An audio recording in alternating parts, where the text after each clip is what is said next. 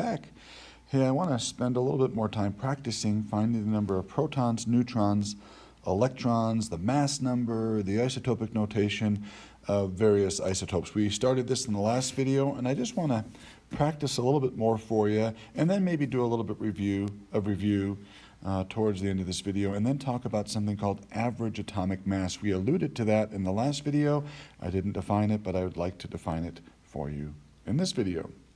So let's just get right after it. Remember, kiddos, that we did add one column here. We added electrons to our practice, and we're going to continue with that today. Okay? All right, so here we have an isotope of carbon. It has 6 protons, so we know it has 6 electrons. Remember, if it's neutral, proton and electron number have to be the same. The mass number here is 12. Remember, protons plus neutrons equal that mass number. So if the mass number is 12 and 6 of them are protons, that leaves me with 6 neutrons. Very good. And then my isotopic notation. If you recall, the mass number goes in the upper left-hand corner, and the atomic number, or the number of protons, goes in the lower left-hand corner. So that's 12 over 6 with a C for the element carbon. Why don't you guys try the next 2 on your own? I do need to give you a little bit more information for helium. For this one, put a 4 up here and a 2 down below, and then you should be able to finish the next 2 without my help. So go ahead and pause the video, and then when you're done, go ahead and press play again, obviously, and we'll see how you did. We'll see you in just a sec. Okay, welcome back. Here we have uranium with 146 neutrons and a mass number of 238. So let's see, if protons plus neutrons have to equal the mass number 238, and we have 146 neutrons, aren't we missing 92 for the number of protons? And doesn't that also give us the number of electrons?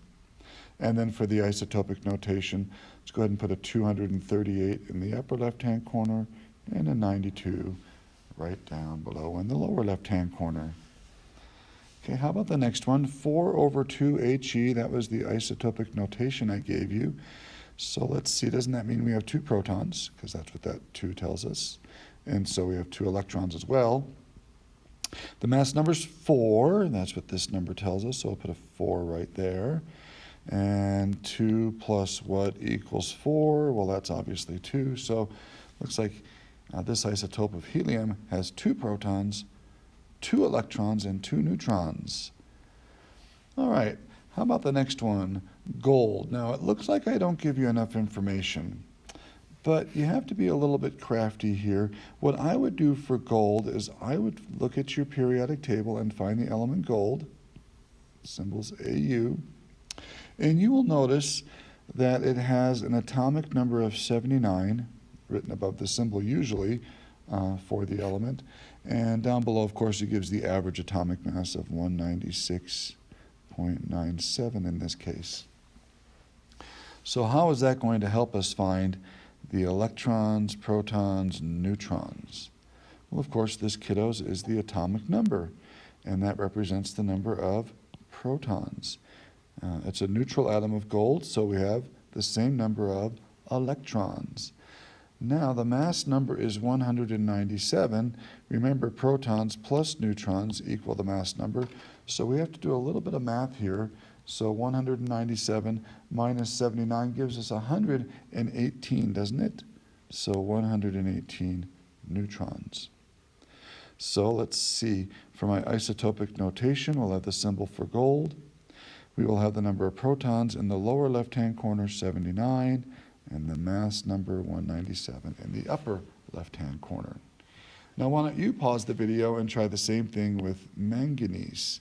Now, you're going to need your periodic table to find manganese's atomic number. So take a second and do that. We'll be right back.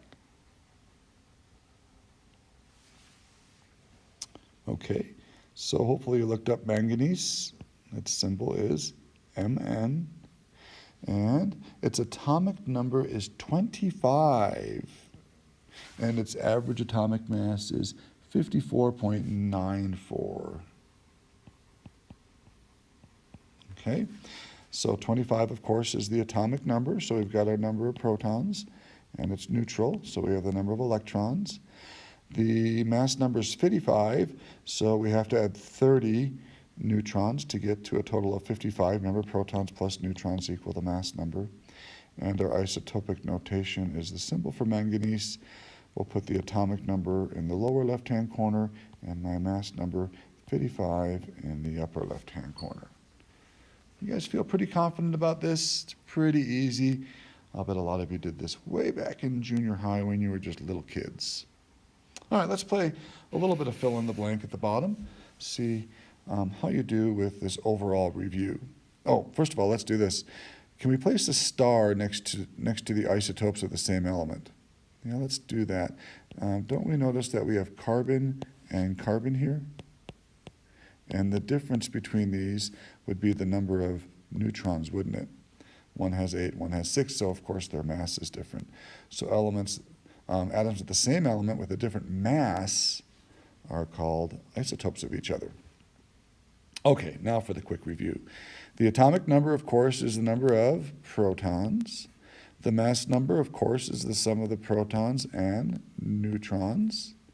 In neutral atoms, the number of protons equals the number of electrons. Bingo, good job.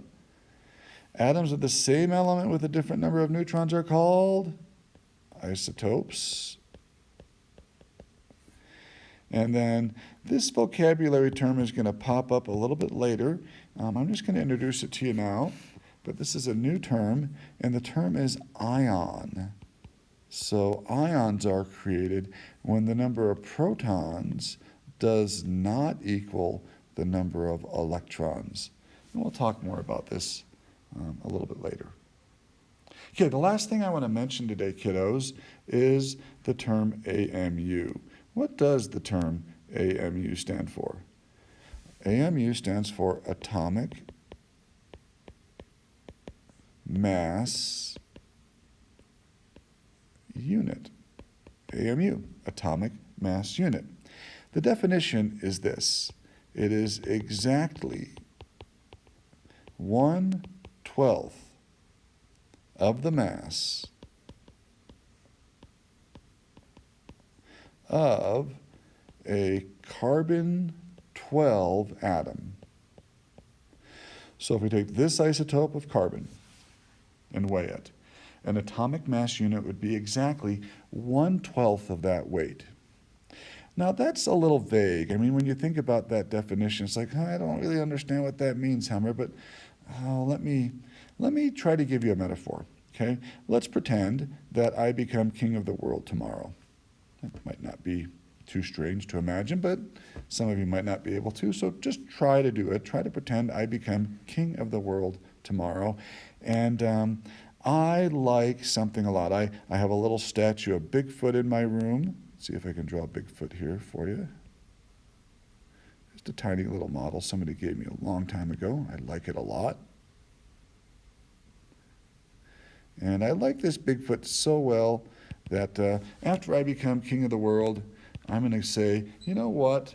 Let's get rid of pounds. Let's get rid of kilograms. Let's start with Hummer units. So let's say that Bigfoot I deem to weigh exactly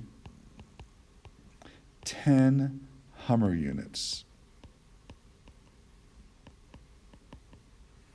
I'm king of the world. I can do whatever I want. So this Bigfoot statue weighs exactly 10 Hummer units. And everything else we're going to weigh relative to that Bigfoot statue. So let's say I have, I don't know, a pen. All right? It's a little pen. It's a nice little pen. All right? And it ends up weighing, I don't know, 1/10 of my Bigfoot statue.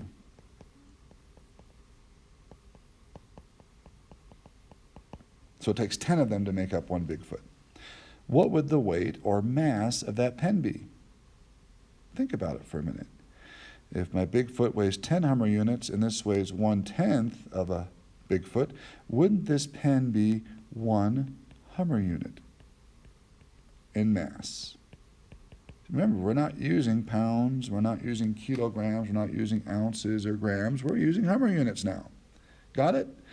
What if I had my calculator? Okay, so I have a nice little calculator here, a TI-84 plus C silver edition. So it looks sort of like this, with a whole bunch of buttons here and here. Okay, you guys get the idea. All right, let's say that that calculator weighs, oh, I don't know, let's say 1/5 of my Bigfoot statue. So comparing it to my Bigfoot statue, it's 1/5 the size. So what would the mass of my calculator be? It's 1/5 of my Bigfoot statue. You guys thinking about it? So let's see. 1/5 of 10 would be 2 Hummer units. Yes. So that calculator in this new way that we're going to weigh or mass things would be 2 Hummer units. Boom. Get the idea? Now the same thing is true with atomic mass units. It said instead of using Bigfoots, we are using an isotope of carbon. And we say, you know what, that weighs exactly 12 atomic mass units. So something that weighs 1/12 of a carbon atom would weigh 1 atomic mass unit. Something that weighs 10 times the weight of a carbon-12 atom would be 120 atomic mass units, etc. Okay? All right. We'll talk more about this and something called average atomic mass, I guess, in the next video. Talk to you soon. Bye-bye.